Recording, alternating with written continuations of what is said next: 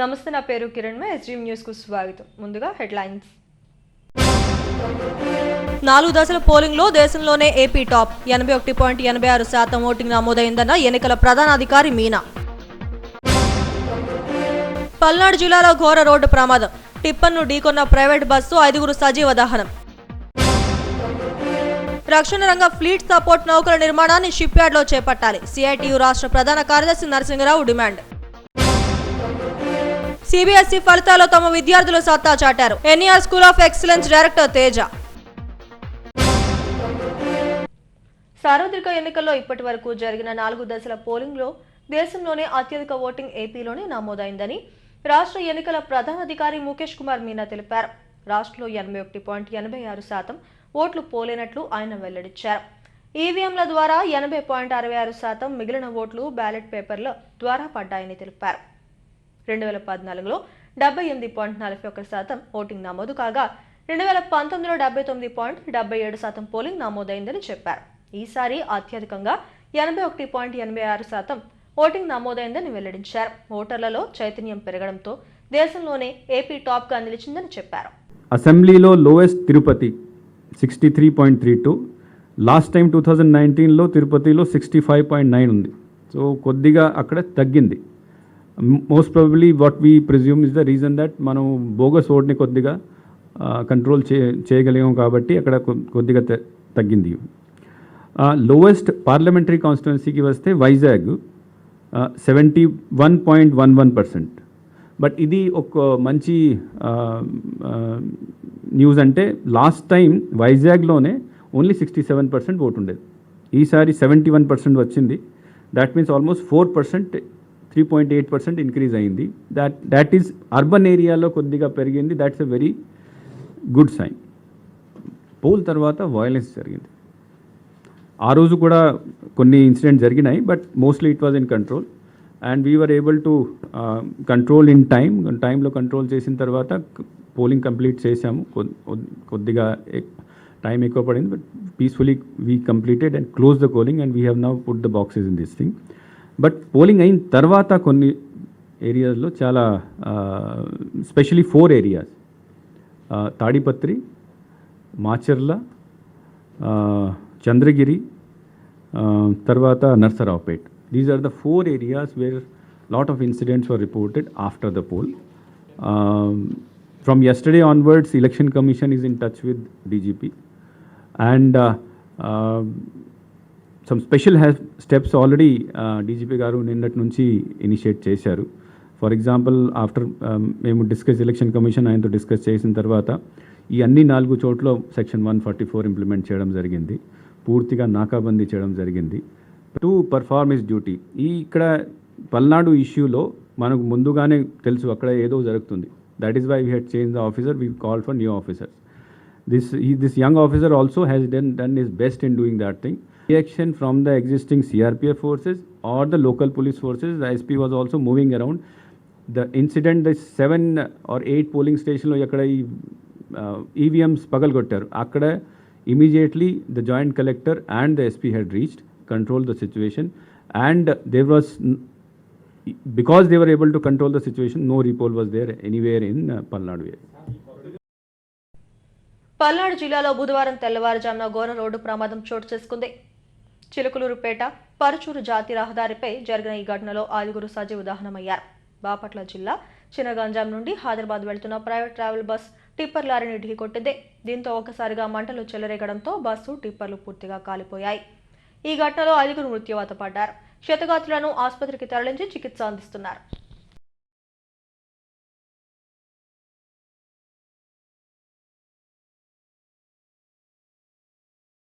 Visakha ship యార్డ్లో రక్షణ రంగం ఫ్లీట్ సపోర్ట్ నౌకల నిర్మాణాన్ని చేపట్టాలని సిఐటియు రాష్ట్ర ప్రధాన కార్యదర్శి సిహెచ్ నరసింగరావు డిమాండ్ చేశారు. జగదాంబ సిఐటియు కార్యాలయంలో ఆయన మీడియాతో మాట్లాడారు. దేశ రక్షణ రంగానికి అవసరమయ్యే 5 ఫ్లీట్ సపోర్ట్ నౌకలను 20,000 కోట్లతో హిందుస్థాన్ షిప్ యార్డ్లో నిర్మించేందుకు ఆర్డర్ వచ్చిందని తెలిపారు. 5 యాజమాన్యం ఇందులో 2 ఫ్లీట్ సపోర్ట్ నౌకల నిర్మాణాన్ని బీజేపీ ఒత్తిడితో ఎల్ఎన్టీ కంపెనీకి ఇవ్వడాన్ని తాము తీవ్రంగా ఖండిస్తున్నామని తెలిపారు. షిప్ యార్డ్కు పూర్వ వైభవం తెచ్చే వర్క్ ఆర్డర్లు వచ్చినా ప్రైవేట్ కంపెనీకి నామినేషన్ రేసులో అప్పగించడం ప్రమాదకరమన్నారు. వెంటనే ఎల్ఎన్టీతో చేసుకున్న ఒప్పందాన్ని రద్దు చేసుకోవాలని కోరారు. హైకోర్టు ఉత్తర్వుల ప్రకారం స్టీల్ ప్లాంట్కు గంగవరం పోర్టు నుండి ముడిసరుకు అందించాలని డిమాండ్ చేశారు. మరోవైపు స్టీల్ ప్లాంట్ ప్రైవేటీకరణకు బీజేపీ కుట్ర పన్నిందని ఆందోళన వ్యక్తం చేశారు. ప్రభుత్వ రంగంలోనే ప్లాంట్ను కొనసాగించకపోతే పోరాటం ఉధృతం చేస్తామని హెచ్చరించారు. ఈ సమావేశంలో జిల్లా ప్రధాన కార్యదర్శి కుమార్, ఉపాధ్యక్షుడు కుమారమంగళం పాల్గొన్నారు. చాలా గొప్ప విషయం. 8,000 మంది పర్మనెంట్ ఉద్యోగులు పనిచేసినటువంటి షిప్యార్డ్లో మళ్ళా పర్మనెంట్ ఉద్యోగస్తులకు అవకాశాలు అనేటువంటిది వచ్చింది. బ్రహ్మాండంగా అభివృద్ధి అయ్యేటువంటి అవకాశం ఉన్నది తప్ప వాటిని అన్నింటినీ ప్రైవేట్ వాడికి అప్పచెప్పడం వల్ల షిప్యార్డ్ తీవ్రంగా నష్టపోతుంది. అందుకని 5 షిప్ ఆర్డర్లను కూడా ఇక్కడే నిర్మాణం చేయాలని చెప్పి CIT డిమాండ్ చేస్తుంది. భారతదేశంలో ఏకైక ఒకే స్టీల్ ప్లాంట్ సముద్ర తీరం ఉన్నది, అది మన విశాఖపట్నం. కానీ అవకాశం మనకు లేకుండా ప్రైవేటు వాళ్ళకి కేంద్ర ప్రభుత్వం ఆనాటి రాష్ట్ర ప్రభుత్వాలు అప్పగించాయి. దుర్మార్గం. అందువల్ల ఈరోజు అదానికి అప్పగించడం వల్ల స్టీల్ ప్లాంట్ ఈరోజు కష్టాల్లోకి నెట్టబడతా ఉంది. కారణం యాజమాన్యం యొక్క వైఖరి. అక్కడ ఉద్యోగులకు అతి తక్కువ జీతాలు ఇవ్వడం, అతి ఎక్కువ పని చేయించుకోవడం, పని గంటలు అనేటువంటి నిర్దేశించకపోవడం, ఆ విధంగా ఈరోజు దుర్మార్గమైనటువంటి పద్ధతులు అదాని యాజమాన్యం వ్యవహరిస్తాం. దీనివల్ల ముడి సరుకు సరఫరా కాకుండా కోకింగ్ కోల్ ఆగిపోయింది. కాబట్టి దీనివల్ల స్టీల్ ప్లాంట్ ప్రమాదంలో పడింది. స్టీల్ ప్లాంట్ బ్యాటరీలు దెబ్బతింటా ఉన్నాయి. అందుకని బ్యాటరీల యొక్క హీట్స్ తగ్గించుకోవడం అనేటువంటి జరిగింది. రోజువారీ 400 పైగా హీట్లు రావాల్సినటువంటిది. అట్లాగే నెలల తరబడి దాన్ని రిపేర్ అనేటువంటి చేయించాలి. ఆ విధంగా మొత్తం స్టీల్ ప్లాంట్ని ప్రమాదంలోకి నెట్టి మోడీ, అదాని ఇద్దరు కుట్ర చేసి విశాఖ స్టీల్ ప్లాంట్ని ఈరోజు దెబ్బతీయాలనేటువంటి ప్రయత్నం చేస్తున్నారు. దీన్ని మేము తీవ్రంగా ఖండిస్తున్నాం. అందుకని స్టీల్ ప్లాంట్ రక్షించబడాలంటే ఈరోజు అదాని వెంటనే పోర్టు స్తంభించేటువంటి కార్యక్రమాలు ఆపి వెంటనే వాటిని నడపాలని చెప్పేసి వెంటనే ప్రయత్నం చేయాలని, వెంటనే నడిపించాలని. కార్మికులు అక్కడ కార్మికులు మేము పనులు చేస్తాం, మేము నడిపిస్తామని చెబుతున్నారు. 3వ తేదీ నుంచి వాళ్ళు లెటర్లు ఇచ్చారు, మెసేజ్లు పెట్టారు. అయినా మేనేజ్మెంట్ మేము తర్వాత పిలుస్తాం అని చెబుతూ కావాలని ఈరోజు కార్మికులను లోపలికి రానివ్వడం లేదు. కావాలనే స్టీల్ ప్లాంట్ దెబ్బతీయడానికే ఈ ప్రయత్నం అనేటువంటి. ఎన్ఈఆర్ స్కూల్ ఆఫ్ ఎక్సలెన్స్ తొలి బ్యాచ్లోనే CBSE 10th గ్రేడ్ విద్యార్థులు అద్భుతమైన ఫలితాలను సృష్టించడంతో ఎంతో ఆనందాన్నిచ్చిందని స్కూల్ డైరెక్టర్ నడుగుదుటి తేజ అన్నారు. గ్రామీణ ప్రాంత విద్యార్థులకు సైతం గ్లోబల్ స్టాండర్డ్స్ ఎడ్యుకేషన్ అందించాలనే లక్ష్యంతో చైర్మన్ నడుగుదుటి ఈశ్వరరావు ఈ పాఠశాలను నెలకొల్పారని చెప్పారు. ఉత్తరాంధ్రలోనే ఉత్తమ ఫలితాలను తమ విద్యార్థులు సాధించారని తెలిపారు. ఈ స్ఫూర్తితో మరింత అంకిత భావంతో పనిచేస్తామంటున్న స్కూల్ డైరెక్టర్ నడుగుదుటి తేజతో మా chief reporter Lakshminarayana face to face. Srikakulam జిల్లా రణస్థలం మండలం నడుగుదుటిపాలెంలోని ఎన్ఈఆర్ స్కూల్ ఆఫ్ ఎక్సలెన్స్ అత్యున్నత ప్రమాణాలతో విద్యాబోధన అందిస్తుంది. గ్లోబల్ స్టాండర్డ్స్తో ఇక్కడ విద్యార్థులను తీర్చిదిద్దుతున్నారు. ఉత్తరాంధ్రలోనే CBSE 10th గ్రేడ్ ఫలితాల్లో అత్యుత్తమ మార్కులు సాధించి విద్యార్థులు ప్రతిభ కనబరిచారు. ఈ స్కూల్ విశేషాలకు సంబంధించి, రిజల్ట్స్కి సంబంధించి మనతో మాట్లాడేందుకు NER school of excellence director N Teja ఉన్నారు. సార్ చెప్పండి సార్, CBSE ఈ 10th గ్రేడ్ ఫలితాలు మంచి ఫలితాలు వచ్చాయి, దీని గురించి. ఇది మా ఫస్ట్ బోర్డ్ ఎగ్జామినేషన్స్ అండి. అండ్ 23 మంది స్టూడెంట్స్ మా దగ్గర చదివారు. అండ్ అవుట్ ఆఫ్ 23 మనకి ఫస్ట్ స్టూడెంట్ ఎవరైతే ఉన్నారో 97%తోనే ఉత్తరాంధ్రలోనే హైయెస్ట్ పర్సంటేజ్గా తనకు వచ్చింది. అండ్ ఇది చాలా ప్రౌడ్ మూమెంట్ మా స్కూల్ అందరికీ కూడా. ఎందుకంటే CBSE బోర్డ్ ఎగ్జామినేషన్స్లో ఇప్పటివరకు శ్రీకాకుళం అండ్ విజయనగరంలో 97 దాటిన వాళ్ళు ఎవరు లేరు.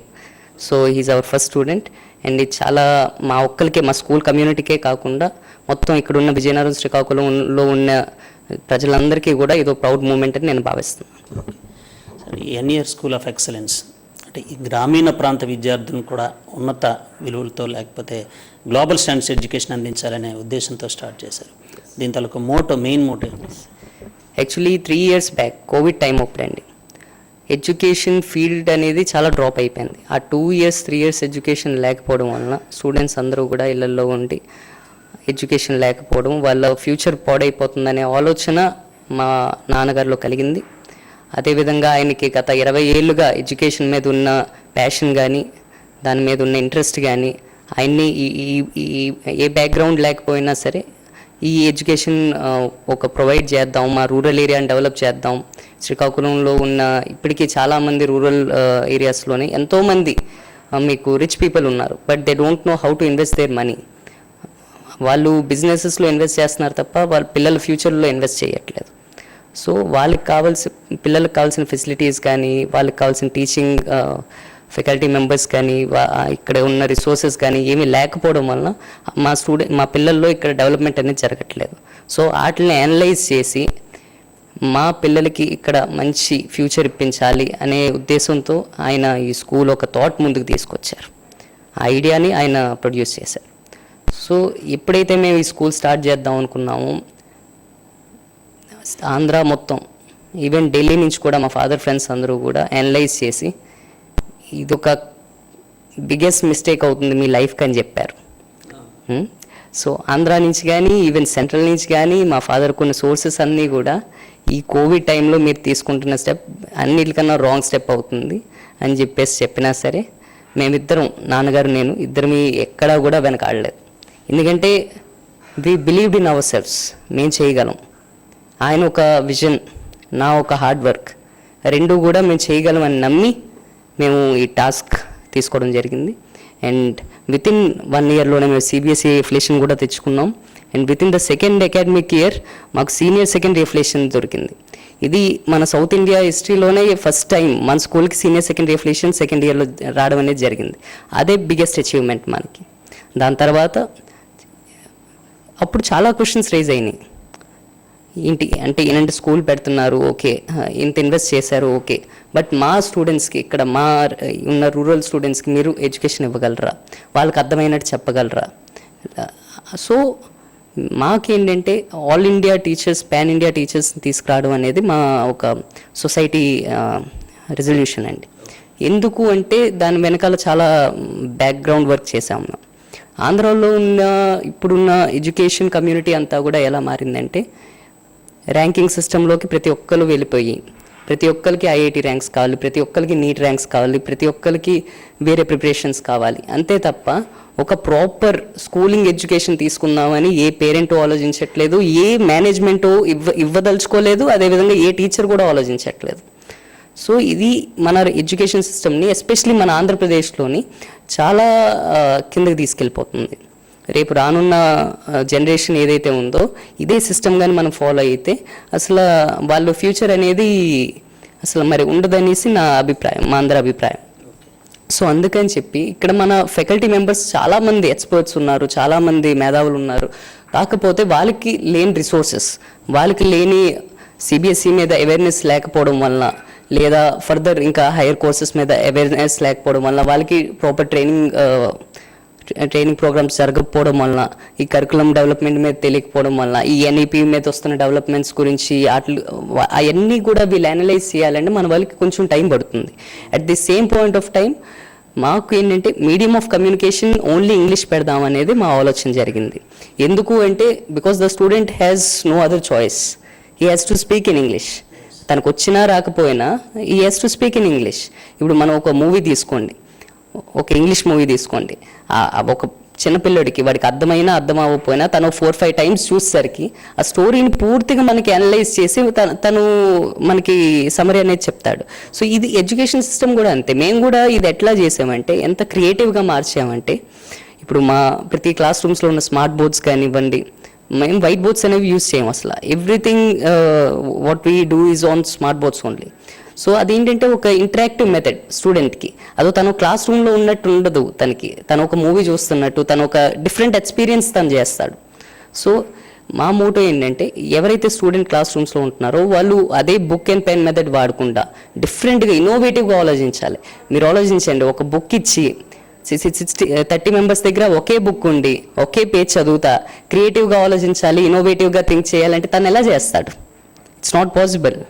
సో వాళ్ళకి కావాల్సిన రిసోర్సెస్ ఏవైతే ఉన్నాయో అవన్నీ మనం పెట్టించి, వాళ్ళకి తగ్గ ఫ్యాకల్టీ మెంబర్స్ని మనం all India best international schools నుంచి తెచ్చుకొని మనం వాళ్ళతో చేయబట్టడం జరిగింది. And there is no single student who told us that he can't understand what they are teaching.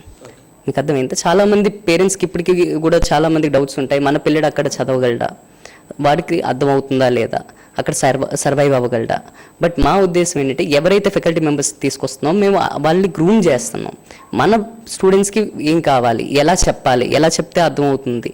So ఇవన్నీ కూడా ట్రైనింగ్ ప్రోగ్రామ్స్ జరగడం వలన వాళ్ళు మన పిల్లలకు కావాల్సిన డెలివరీ అనేది ప్రాపర్గా జరుగుతుంది. అండ్ ఫైనల్లీ రిజల్ట్ తీసుకుంటే అసలు ఎవ్వరూ ఎక్స్పెక్ట్ చేయలేదు. ఈవెన్ 90% కూడా మనం అచీవ్ అవుతామని చెప్పేసి ఈవెన్ మన పేరెంట్స్ కూడా చాలా తక్కువ మంది వాళ్ళు ఎక్స్పెక్టేషన్స్. బట్ మాకేంటంటే the content which we have provided to them, మా ఫ్యాకల్టీ మెంబర్స్ ఎవరైతే ఉన్నారో, మా హెచ్ఓడీస్ కానివ్వండి, వీళ్ళందరూ కానివ్వండి, మేమందరూ డే అండ్ నైట్ దాని మీద వర్క్ చేసి, ఎందుకంటే ఫస్ట్ అకాడమిక్ ఇయర్ సార్ ఇది, ఏమైనా 20 years 30 years బ్యాక్గ్రౌండ్ లేదు మాకు. So with in the first academic year మేము ఇంత పర్సంటేజ్ తీసుకొచ్చాము ఒక స్టూడెంట్కి అనేది it's a big achievement for us. Sir first అచీవ్మెంట్లోనే, ఫస్ట్ అకాడమిక్ ఇయర్ ఫస్ట్ బ్యాచ్లోనే ఈ సిబిఎస్ఈలో అంత మంచి ఫలితాలు సాధించారు. పేరెంట్స్కి ఏం చెప్తారండి, అంటే ఇక్కడ జాయిన్ చేయాలనుకున్నట్టు? సో మీరు అడిగినట్టు ఈరోజు మేము ఈ పొజిషన్లో ఉన్నామంటే దానికి కారణం కూడా అదే parents, because they believed in us. NER గారు నమ్మారు, అండ్ మా స్కూల్ ఒక ప్రాపర్ మిషన్ అండ్ విజన్ నమ్మారు, అండ్ ఫ్యాకల్టీ మెంబర్స్ ఎవరైతే వచ్చారో వాళ్ళందరినీ కూడా నమ్మారు. అండ్ ఇక్కడ జాయిన్ చేసిన ప్రతి పేరెంట్ కూడా మేము ఒకటే చెప్తాం, మీరు జాయిన్ చేసే వరకు మీ బాధ్యత, జాయిన్ చేశాక ఆ పిల్లడి బాధ్యత మాది. And it's not up to 10th class or 12th class. వాడు ఫ్యూచర్లో వాడు ఒక ప్రాపర్ కెరియర్ గ్రోత్ అయ్యే వరకు, కెరియర్ డెవలప్మెంట్ అయ్యే వరకు బాధ్యత మాదే. There is no school in India which says that thing. ఇప్పుడు ఈవెన్ కాలేజెస్ తీసుకోండి, ఆఫ్టర్ 4th year అసలు వాళ్ళు ఏం చేస్తున్నారో కూడా వాళ్ళకి అవసరం లేదు. అలాంటి టైం అప్పుడు మేము ఒక స్కూలింగ్ ఎడ్యుకేషన్ ఇస్తున్నప్పుడే మేము వాళ్ళ కెరియర్ గ్రోత్ ఆఫ్టర్ 20 years కూడా ఎలా ఉంటుంది అనేది మేము డిజైన్ చేసుకుంటున్నాం ఆ స్టూడెంట్కి. That is our thought, that is our NER sir vision. పాఠశాల ప్రారంభించిన అనతి కాలంలోనే మంచి ఫలితాలు సాధించాం. విద్యార్థిని అన్ని రంగాల్లో తీర్చిదిద్దడం, ఒక డిఫరెంట్ మెథడాలజీతో వారికి ఎడ్యుకేషన్ అందించడం, గ్లోబల్ స్టాండర్డ్స్తో అందించడమే లక్ష్యంగా ఎన్ఈఆర్ స్కూల్ ఆఫ్ ఎక్సలెన్స్ ముందుకు సాగుతుంది అని చెప్తున్నారు ఈ school director N Teja. Video journalist నగేష్తో Lakshminarayana, STV news, Visakhapatnam. NTR జిల్లా మూలపాడు నేషనల్ హైవేలో రోడ్డు ప్రమాదం సంభవించింది. ఈ ప్రమాదంలో ఒకదాని వెనుక 4 వాహనాలు ఢీకొన్నాయి. విజయవాడ నుండి హైదరాబాద్ వైపు వెళ్తున్న 4 వాహనాల్లో ముందున్న వాహనదారుడు సడన్ బ్రేక్ వేయడంతో ఈ ప్రమాదం జరిగింది. అదృష్టవశాత్తు ఎటువంటి ప్రాణ నష్టం జరగకపోవడంతో అంతా ఊపిరి పీల్చుకున్నారు. ఈ ఘటనతో కిలోమీటర్ల మేర ట్రాఫిక్ స్తంభించిపోయింది. సమాచారం అందుకున్న ఇబ్రహీంపట్నం ఎస్ఐ శ్రీనివాసరావు ఘటనా స్థలానికి చేరుకుని పరిస్థితిని చక్కదిద్దారు.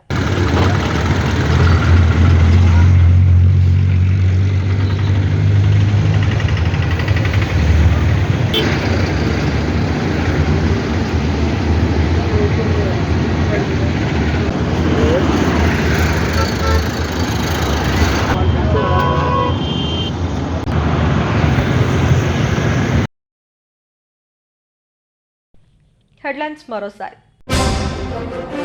4 దశల పోలింగ్లో దేశంలోనే ఏపీ టాప్. 81.86% ఓటింగ్ నమోదైందన్న ఎన్నికల ప్రధానాధికారి మీనా. పల్నాడు జిల్లాలో ఘోర రోడ్డు ప్రమాదం. టిప్పర్ను ఢీకొన్న ప్రైవేట్ బస్సు, 5గురు సజీవ దహనం. రక్షణ రంగ ఫ్లీట్ సపోర్ట్ నౌకల నిర్మాణాన్ని షిప్ యార్డ్లో చేపట్టాలి. సిఐటియు రాష్ట్ర ప్రధాన కార్యదర్శి నరసింగరావు డిమాండ్.